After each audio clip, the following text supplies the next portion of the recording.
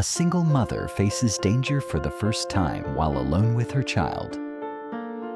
Hello everyone. Today we will follow the journey of Dieuhan, a single mother. A journey filled with tears, sleepless nights, and moments when she almost gave up everything. But then, the bond of motherhood, the longing to live for her child, gave her the strength to rise from the darkest place in her life.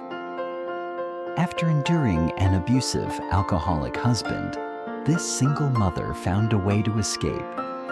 She chose a life without a roof over her head, rather than staying with someone addicted and violent. Eventually, she discovered a makeshift bamboo shelter deep in the forest, which she repaired and turned into a livable home. But then, the question remains, can a fragile bamboo hut in the middle of the forest truly protect a mother and her child from the storms and dangers ahead?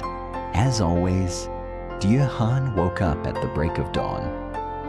She gently stirred, then quietly slid open the creaky bamboo door. Living in the forest, farming for a living, whether it was the biting cold, the scorching heat, or the deep loneliness, she had learned to accept it all. Strapped to her chest was baby Tom, her 1-year-old son. Tom was still fast asleep, but stirred slightly as Han moved. He didn't cry or fuss. It was as if he had already adapted to the early-to-rise rhythm of life with his mother. His innocent eyes looked up at her. Then he nuzzled his head against her chest, as if to say, "I'm here, Mom. Don't worry." Han stepped into the small garden she had reclaimed from the wild over the past few months. This morning, her eyes were set on the pepper tree behind the house. A few days ago, she had noticed some peppers turning the deep red, a sign they were ripe.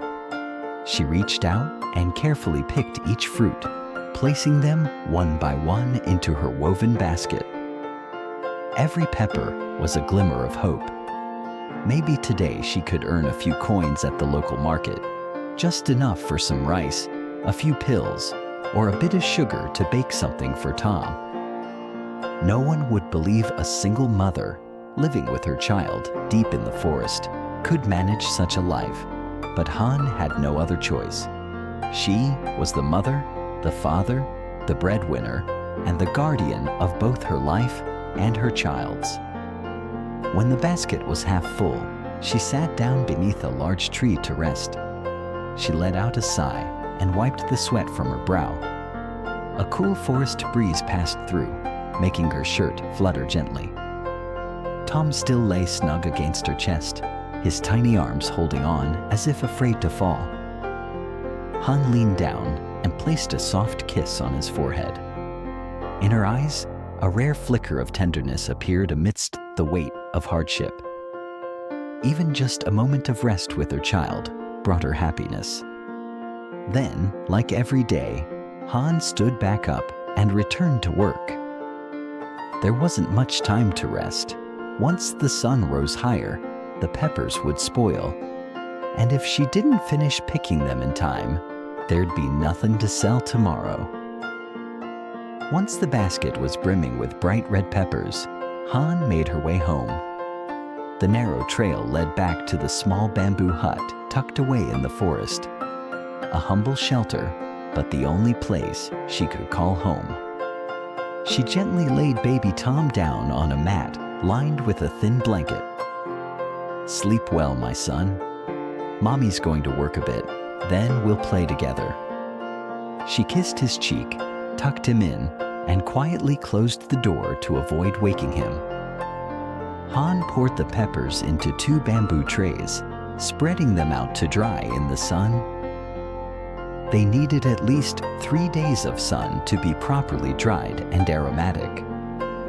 Once she had collected a few 100 grams of dried pepper, she would take them to town and sell them to local traders. It wasn't much money, but just enough to get by.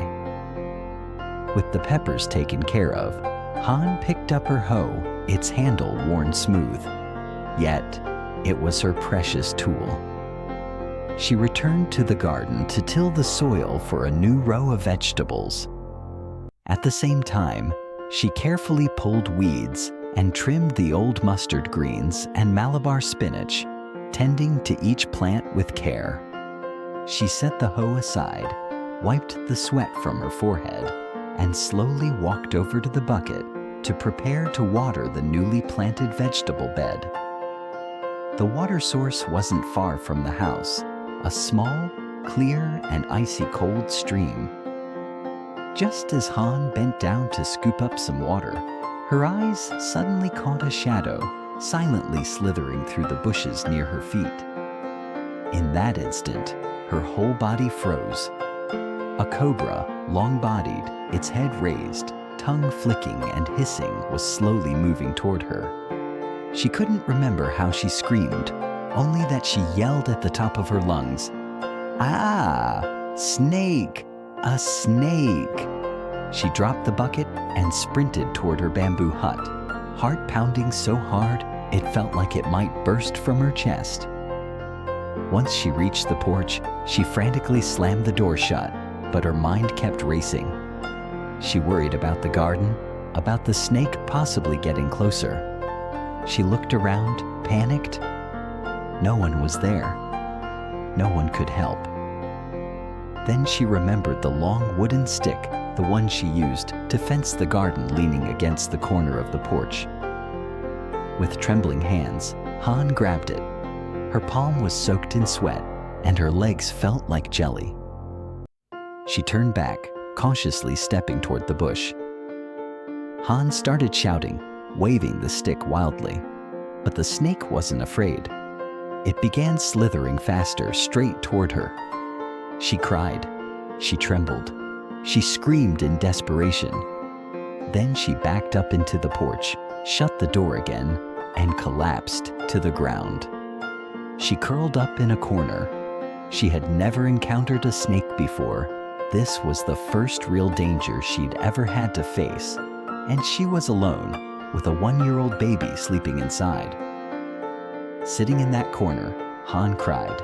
Tears streamed down her cheeks, but this time, not just from fear. She thought of Tom. Wiping her tears, she took a deep breath. She gripped the stick tightly this time. Her hands no longer shook. She stepped outside. Calm now, she walked straight toward the snake, still lurking near the garden. Raising the stick, she slammed it hard against the ground, creating a loud thud. Then she slammed it again. Startled, the snake recoiled, slithered back, then disappeared into the bushes. Han exhaled in relief, but remained rooted in place for a few moments. Once she was certain the snake was gone, she returned to the house.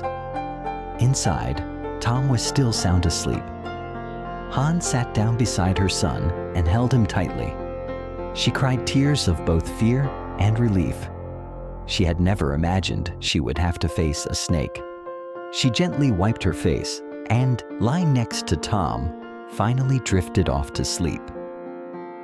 After many hard days of harvesting and drying under the sun, the peppercorns were finally evenly dried, ready for the next step. She began rubbing handfuls of the dried pepper in her palms, separating the brittle husks from the stems. Once she finished, she gently lifted the basket and tossed the contents into the air, letting the wind carry away the dried leaves and stems, while the heavier peppercorns fell neatly back down. In the end, only clean, crisp, and evenly colored peppercorns remained. She poured all the pepper into a small sack, tied it up carefully, and placed it into her familiar woven basket. Tom, her 1-year-old boy, had just woken up. His round eyes looked up at his mother in innocent curiosity. She picked him up, securing him in a sling on her chest, then lifted the basket onto her back. A mother, with goods on her back and her child in front, set off toward town to sell her harvest. When she arrived, Han went to a small shop where the woman who bought local produce usually sat. She set the basket down, opened the sack carefully, and began placing the pepper on the scale. Each kilogram, each ounce, was carefully noted. The woman then took out her wallet, counted out the money, and handed it to her. Han bowed gratefully, thanking her repeatedly, then lifted Tom back up and continued the journey home. On the way back, she passed by a small roadside stall, its front lined with colorful children's clothes. Han browsed thoughtfully. Some fabrics were rough, some colors a little faded. She carefully held each outfit up to Tom's small frame, comparing sizes and imagining how they'd look on him. Finally, she chose 2 sets and handed the money to the shop owner. For the first time in many months, Dieuhan bought her son 2 brand new outfits, fresh with the scent of new fabric, clean and crisp. Back home, she laid out the old mat on the floor, gently placed Tom down, and took out the new clothes to try on him. The little boy stirred awake, eyes still half closed, then burst into giggles when he saw his mother. Han dressed Tom in one of the new outfits. He looked absolutely adorable. She kissed his forehead and pulled him into a loving embrace. Outside, the sunset was falling softly. The golden light spilled over the thatched roof, warm and rich like honey. The small hut deep in the forest, though simple, felt warmer than ever, like sunshine in the middle of winter. Perhaps for a single mother, happiness is as simple as a new set of clothes for her child, a meal with just vegetables and salt, a day when no one falls ill, and above all, it's the quiet strength to raise a child in peace, no matter the storm outside. Lần đầu tiên trong nhiều tháng trời, Diệu Hân mua cho con mình 2 bộ quần áo mới, thơm mùi vải, sạch sẽ.